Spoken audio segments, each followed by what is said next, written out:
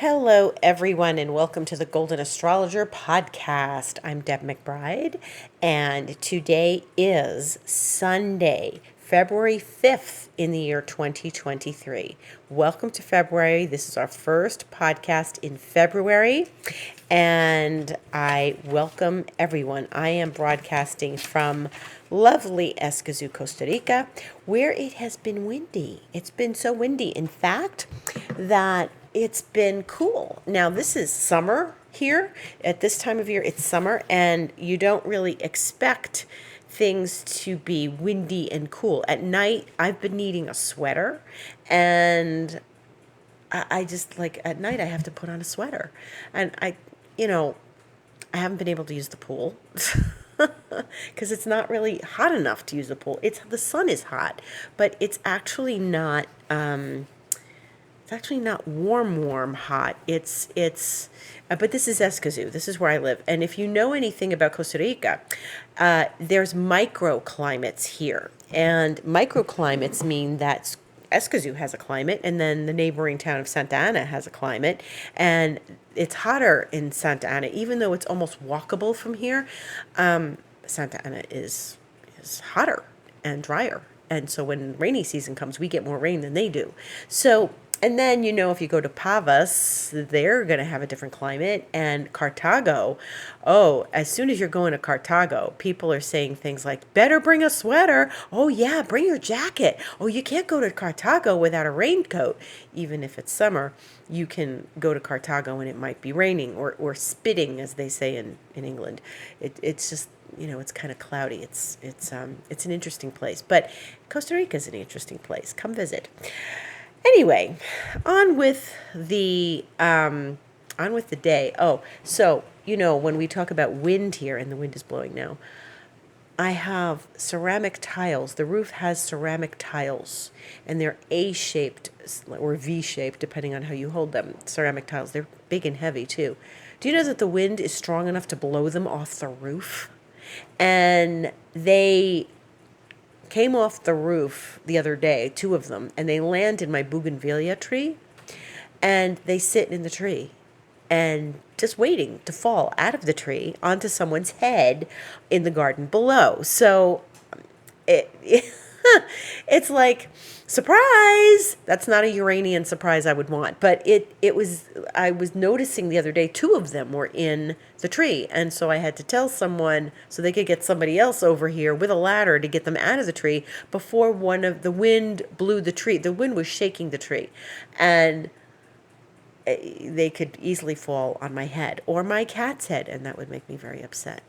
Or the cleaning lady's head, and anybody else that's here. But it's windy, and that's, the first 3 minutes of this podcast has been talking about the wind in Costa Rica. So there you go. How is it? Well, here in Costa Rica last night, and I don't know, the sun hasn't set yet, but last night the moon was huge. The full moon was enormous. And I put it on Instagram, and I thought it was going to show up. It was like in your face. It was like a big white disc in the sky. And it was like, wow, that thing is huge. And I just turned around and I said, is that the moon? Oh my God, the moon was huge. And so this is a big, bright full moon in Leo. And it's interesting because I was talking to my sister in New Jersey, and she's like, it didn't look like that here. So I guess it's here, and I don't know where else. But, I was texting my neighbor who went to the beach this weekend for a wedding. And I said, hey, are you seeing the moon? He's like, yes, it's amazing. It's beautiful.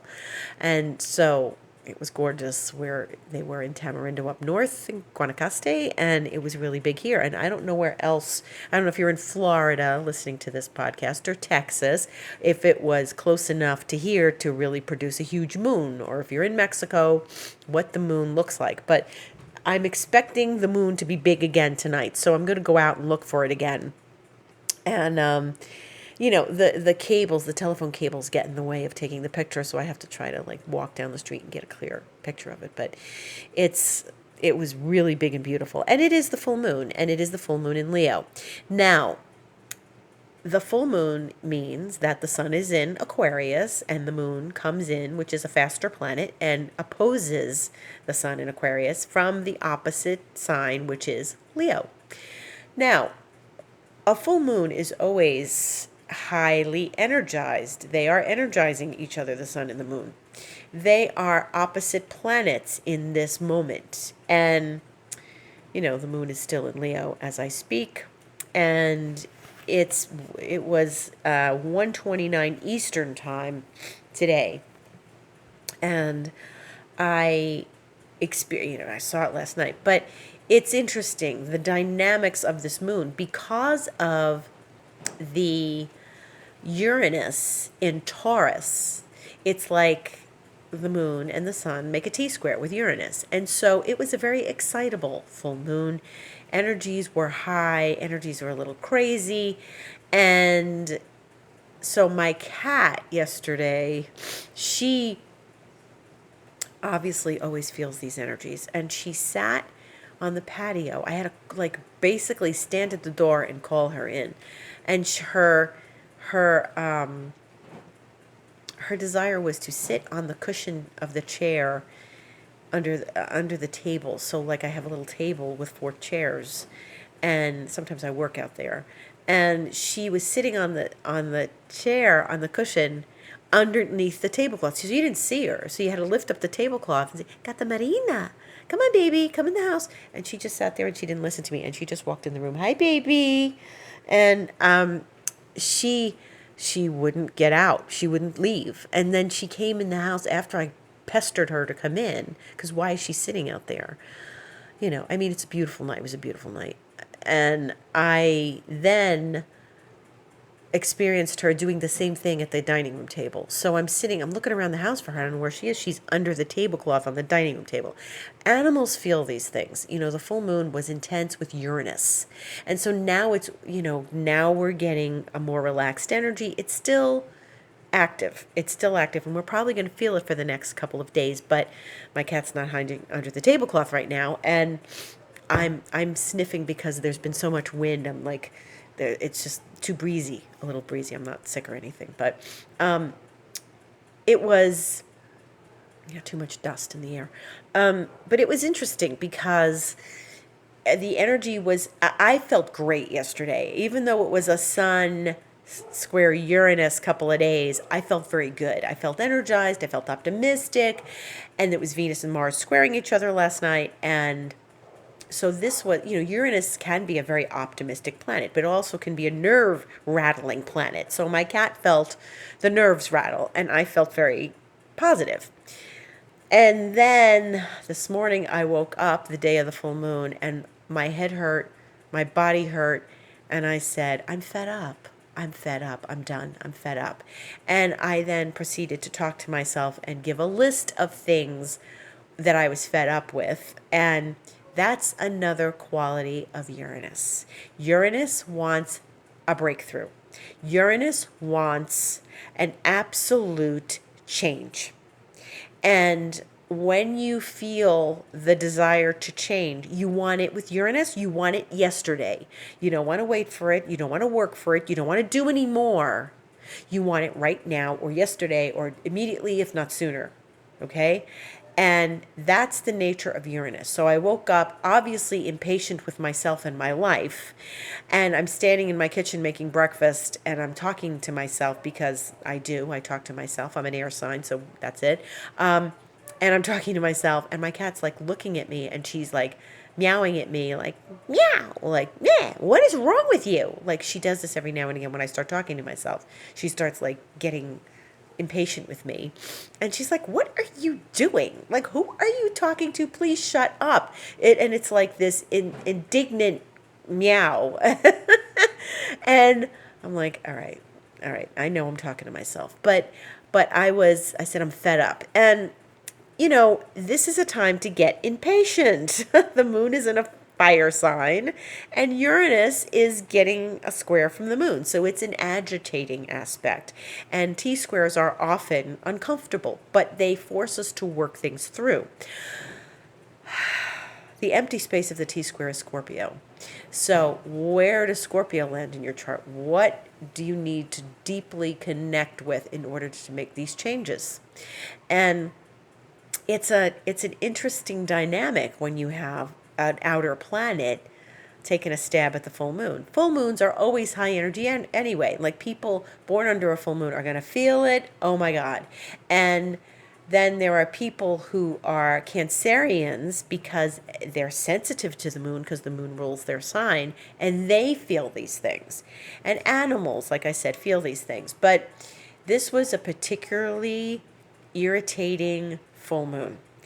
And we're not done. I mean, the energy stays with us for a few days, so we really need to just be patient with ourselves. And I'm like, yeah, I woke up impatient and aggravated this morning, right? On a Sunday, I woke up like, all right, I'm fed up. So, and I think what happens is, and, we've had a whole lot of Saturn too. Saturn was bugging Uranus for a long time, and they've been dancing together since 2021 and on and off, and then like one more time at the end of 2022. And so Saturn is like slow and steady wins the race, and Uranus is like, but I want it yesterday. And, it's complicated when you are impatient with your life and you're impatient with what should be flowing and what should be, as I say, ease, grace, and flow. There is an impatience, which means impatience is a lot of things. Impatience is, I'm not operating fast enough. I'm not doing things fast enough. I'm doing everything I possibly can, and it's not happening to my liking fast enough. And then there is, of course, not trusting that the universe has its own rhythm. And why are we in a rush? Because we get tired of things the way they are. But why are we in a rush? We want it yesterday. And it's not something that's possible if it's not in front of you now. And so we have to sit back, take a breath, and connect with why it's not happening right now and what we're impatient with. And, after I had breakfast, after I calmed down, then I felt better. Then I went for a walk and used this energy with exercise. So I went out and I walked 3.5 miles. And then I came home and I did some other stretching and body rolling and stuff like that. And all of those things help use up this impatient energy. Of course, now I'm tired. But it's really important to be aware of how we use this energy. If we're not going to be kind to ourselves and patient with ourselves and work with the pace that the universe has given us in our life, then we need to go use up the energy another way through exercise or just breathing. Breathing's good. I went outside and the air, it was windy, like I said, and the air was so fresh and breezy, and I stood in the sun. The sun was hot, but it was breezy at the same time, so it was just exquisite, and the sky was so blue. It was so beautiful. And I stood there and I just felt like just this incredible feeling of just refreshment, and that helped a whole lot. So when we get outside in nature, I said hello to the trees. I said hello to my favorite ylang ylang tree, which is in the neighborhood a few. It's a little bit of a walk away, but it's not far from where I get my hair cut. And I said hello to my favorite tree, and it's the heavenly aroma of that tree. And when I just embraced all of that, then I calmed down. Then I wasn't as impatient as I had been. And then we start to embrace Uranus as a bringer of change and using of energy and optimism and using of our own talents and abilities, and rather than as an agent of impatience. So we have a choice. We always have a choice. Our universe, our life, every day we're given a choice of how to use this energy. And do we surrender to divine intention and divine will, or do we force the issue and get aggravated? So if you are getting up in the morning and you're aggravated, then you got to sit back with yourself and you have to go shift that energy somehow, some way. Uranus can easily fly off the handle. And that means we're not grounded in it. We're not using the energy wisely and appropriately. We are not using the energy to our best of our advantage and what can serve our life. We're using it to be counterproductive. It's never good to use astrological aspects to be counterproductive. Never. It's too counter astrology. Astrology presents itself and we have a choice. We're feeling it. How do you want to take this energy? Where do you want to go with it? And Uranus is one of those things that it comes around and you either feel great like I did yesterday or you feel aggravated like I did this morning. And look how quickly the energy changed. All I did was go to sleep. So something came up in my unconscious, which is what Uranus does. It brings things out of your unconscious. This is what outer planets do. It's their job. And so Uranus is going to stimulate whatever's rolling around in your unconscious and like kick it around, and you're going to say, I'm just pissed off. I've had enough. I'm done. And what am I pissed off about? Well, then you have to go sit with yourself and say, okay, what am I fed up with? And so for those of you who felt that energy as aggravating or uncomfortable, then it's our job to change that energy, shift it, move it, work with it, find out why you're feeling like that. What is it that you're upset about, even if you do have to talk to yourself in front of your cat. So it's important to get clear, and very clear with yourself, because emotions are energy in motion. And obviously this wasn't, I could say that was emotion. I woke up this morning with emotion. And how do I handle those emotions? Well, I got to work with them.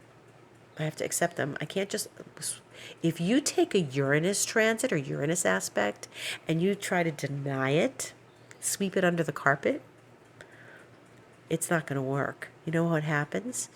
Uranus makes you trip and fall. Uranus makes you get into an accident. Uranus unrecognized and unconscious can really cause accidents. And you do not want to shove a Uranus transit in the back seat of the car. You don't want to shove it under the bed, under the carpet, put it in a box and shove it in the closet. It will come back and kick your butt. So never take this kind of energy and just ignore it, because you will go for a walk like I did today and you'll trip. You don't do that. You listen to it and allow yourself the space to work it through. And listen to yourself, because you're not fed up for nothing or aggravated for nothing or uncomfortable or irritated for nothing. So this full moon brought up a lot of stuff for a lot of people. And how do we use this energy? How do we work with it? Each of us has to see where, the Aquarius, Leo, Taurus components fall in our astrological chart. And it is important to pay attention to those things and connect with what's bothering us and relate it back to where those things are in our charts. Venus and Mars were squaring each other. Venus is in Pisces, as we know, and Mars is still in Gemini. And the thing is, Venus loves to be romantic and compassionate and empathic and beautiful in Pisces. Mars in Gemini is going to talk to her about that and be like, but there's all these reasons why, blah, blah, blah is going on anyway. They're a little bit at odds. Mars in Gemini wants to talk it out. Venus in Pisces wants to be romantic. Venus and Mars are male and female female and male planets. And Venus is obviously the feminine, Mars is obviously the masculine, and then the moon is feminine and the sun is masculine. And so we had a lot of duality this weekend between the masculine and the feminine energies. And this is important to pay attention to, because the masculine side is the part that's going to get irritated, and the feminine side is the one that wants to stay in flow. So if you felt the dynamics and the push-pull of wanting to stay in flow, but then also being, itchy, agitated, whatever, then you need to work with that from the male-female dynamic and connect with what's going on for you. So this is an interesting, rarely does it happen. Venus and Mars don't square each other that often.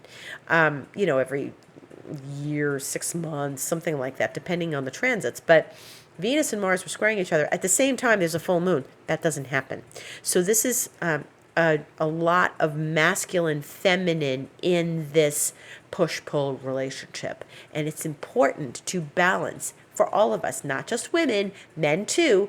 There might be a feminine side to that. We all have Venus and Mars and the sun and the moon in our charts, right? So everybody's got masculine, everybody's got feminine. Just aside from our gender, aside from who we are, we have all of that in our chart. If I look at an astrological chart, I look at today's astrological chart, there's those 4 planets. And there's masculine energy, there's feminine energy. And even the men have to deal with the feminine. And the women have to deal with the masculine. And how do we choose to use those energies? So, very important. Very important. This was a stimulating weekend. This has been a stimulating weekend. These energies aren't going away tomorrow. They are staying around with us to continue this work. And, don't be thinking, well, I didn't feel anything. Not much happened. It might happen tomorrow. Maybe it won't happen for you. Maybe everything's in balance for you. It might happen tomorrow. So, a lot going on. And I want to make a mention that I have decided to present a master class on February 21st, which is a Tuesday in the evening. And I will send out more information about that. If you are not on my mailing list, please do go to my website, thegoldenastrologer.com, and sign up for my mailing list. There's a little box that will give you the ability to, it's a pop-up, the ability to sign up for my mailing list. And I invite you to do that because I'm going to be sending out this announcement maybe later today. I hope so. Why am I giving a masterclass? Because March is a big month. Mars is going to finally leave Gemini, but that's not even the half of it. Saturn's changing signs, Pluto's changing signs. This is a big deal. Lots and lots and lots to talk about. So it will be about Saturn going into Pisces and Pluto going into Aquarius. Saturn and Pluto got together just 3 years ago. And interestingly, it's pretty hard to believe that they've both moved on so much. They left their mark in 2020 and they moved on and moved into different parts of the horoscope every day. And so we're going to see some really big stuff shifting and changing in March. And I want to talk about that, 2.5 weeks from now when we do this. And this is very important. So if you're interested, you can also write to me, deb@debmcbride.com, info@thegoldenastrologer.com. And I'm on Instagram, thegoldenastrologer.com. You could write to me there and ask me about it. If you're not on my mailing list, you can DM me at Instagram, The Golden Astrologer, and you can say, Deb, I want to be on your mailing list. I want to get information about this. So this is a very important shift. Very important. I'll tell you about it in the webinar. There are going to be things that I discuss in that webinar that are not going to be discussed on my podcast or on my Instagram. Why? Because I am going to go through the houses again, like I did with Mars and Gemini last September, and talk about where these events are going to occur in each person's house. That's 2 planets. It's a lot of information.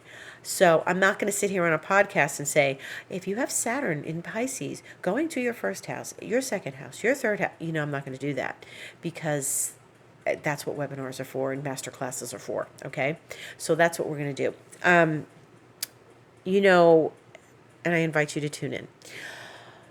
The other thing is that we have been now in a time where these 2 planets, if they're changing signs next month, which is not that far away. I mean, look, we're already in February. January's gone. 1/12 of the year is finished.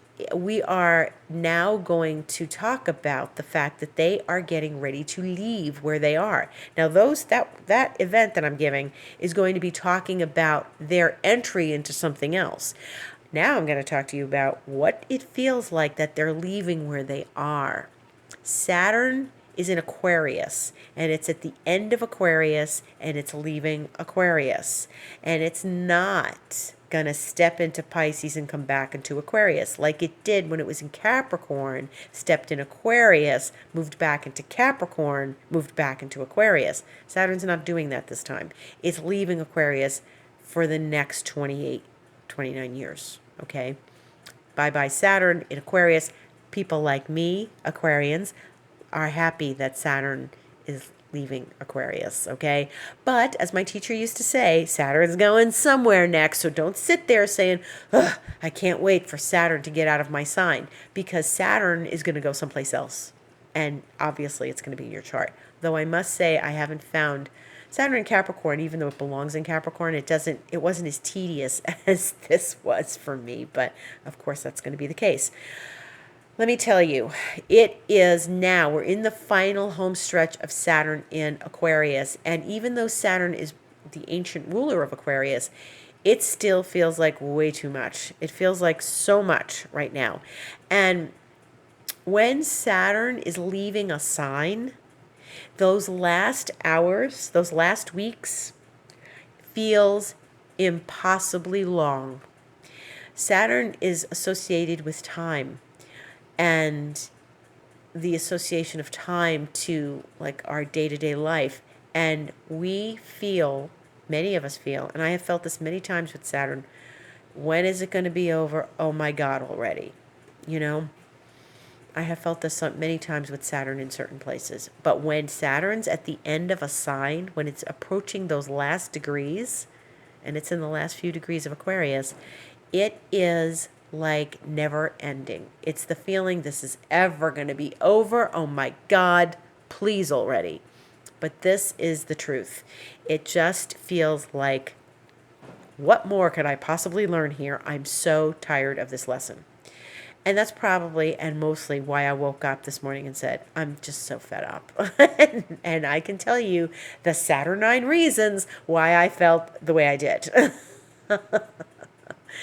And so this has been, these last few days, these last weeks, I have just been, I think, exhausting. I was exhausted all week. I wasn't feeling well this past week. I didn't get sick, but I was exhausted and I needed a lot of rest because I would have gotten sick if I hadn't done that. And Monday I had no internet. Monday I had no internet for all of Monday. I had to go out in the garden and do my work. And, you know, that was the Mars moon in Gemini thing. And every time, since Mars has been slow, every time the moon goes into Gemini and meets with Mars, it's like, it's like a, you know, I feel it because I have the moon in Gemini, but it's been just too much. It's just something in the communication realm gets really messed up. So retrograde or not, the two of them together were just a royal nuisance. So Saturn at the end of a sign feels endless. And so the moments, though, are important. We have to pay attention to them and we have to learn the lessons of Saturn. Because if we're not learning them, it's just going to be hard when it goes into the next sign. The lesson's not going to end. And so we have to feel like we have done everything possible to work Saturn through in these last weeks of Saturn in Aquarius. Where is Aquarius in your chart? Do you know where it is? Where has that area of your life been hit with Saturn? And then Pluto, who is in the end of Capricorn. Now Pluto's coming back, so this is just step one. There's going to be a couple of more steps of Pluto in Capricorn, but if you want to hear more about that, you can come to my lecture. And Pluto in Capricorn is just another thing. Pluto is in Saturn's sign. Capricorn is ruled by Saturn. And so one of the moments of Pluto at the end of Capricorn is like, oh God, the world is crazy. And this is what I keep hearing. I look on Instagram and I keep hearing people saying, the world is really out of control right now. The world is really nuts. The way things are going right now, blah, blah, blah. And can you believe how crazy the world is? And the world can't get any crazier. And every time I see this, the first thing I think of is Pluto leaving Capricorn, because Pluto at the end of a sign incites chaos. It incites death anxiety from the core of the collective unconscious. It's the end of something. It's been here since 2008. It is the end of something, and we are all unconsciously susceptible to freaking out. Okay? Remember that it's a freak out unconsciously. So this collective planet, and anytime an outer planet leaves a sign, Uranus, Neptune, or Pluto, we get like this, but Pluto especially, because it stays really long in a sign. And so here we are, and every time I talk to someone, it's really been crazy out there. It's great. Well, it's been like this before. Maybe if you remember 2007, 2008, you'll remember that people were saying the same thing. And 1995, people said the same thing when Pluto was leaving Scorpio and going into Sagittarius, and other times in your life. This has been, it's a real moment of closure. And we're going to get to re-experience it, and it might get crazier, but these are moments of closure when planets are leaving. They've spent a long time there. Saturn has been in Aquarius. It went on and off in 2020, and then it was 2021, 2022, and now, and it's getting ready to go out of Aquarius. Pluto and Capricorn, like I said, since 2008. These are heavy-duty moments. These are the endings. People don't know what's going to happen. They're going to wake up tomorrow, they're going to make their breakfast, and they're going to talk to their cat, right? Okay, that's what's going to happen. But we are closing a chapter of something on the collective unconscious level. And when we experience this, it is something in our unconscious where it's inexplicably complicated, and we are inexplicably at threads of something, okay? We're saying goodbye to something, and we're not going to see it again in this lifetime, whatever it is. But you know what? It's probably something that we've worked out anyway since 2008, and now we move on to something fresh and new and big.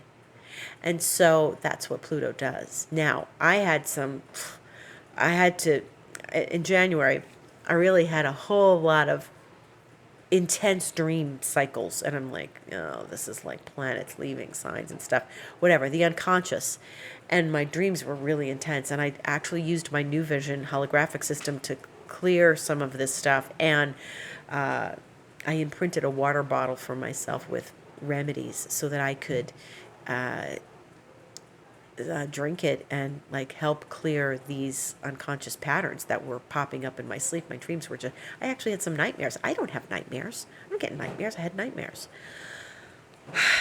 Yeah. So this is where we're at. If you feel rattled when you get up in the morning, you can bet that there's something to do with what's going on in your subconscious, in your sleep state, and while you are while you're in another state of mind. And so this is absolutely, positively one of the times when you have to accept what's going on and try to sift through it, work through it. Come for an astrology session. So if you are interested in having an astrology session to work through these outer planet cycles and Saturn cycles, my astrology website is thegoldenastrologer.com. And I give sessions, and absolutely you can sign up for something. I have an Instagram, The Golden Astrologer, and I have my podcast here where we are every week. So I invite you to have a session because it's a wonderful experience for a person, and it's important. I get to talk to other healers and practitioners too, and it's important for me to do that because I have to do that so I can serve you guys better. And everybody else has to, it's really, really an important thing to get clarity when you're having these moments in these astrological cycles. So you're not crazy. This is what's going on. The world may seem upside down, but it's Pluto leaving Capricorn, and you should just be aware of that. And you can hear the wind rattling my windows right now. I'm going to go close them. Thank you for listening. It has been a beautiful experience to be with you again. Gratitude to all. And on this lovely Sunday, as we start to see the sunset, I'm going to go look for the moon, and you should go out and look for the moon too. Love to all. Thank you for listening. See you on Instagram during the week, and hope to see you soon. Thanks. Have a beautiful week.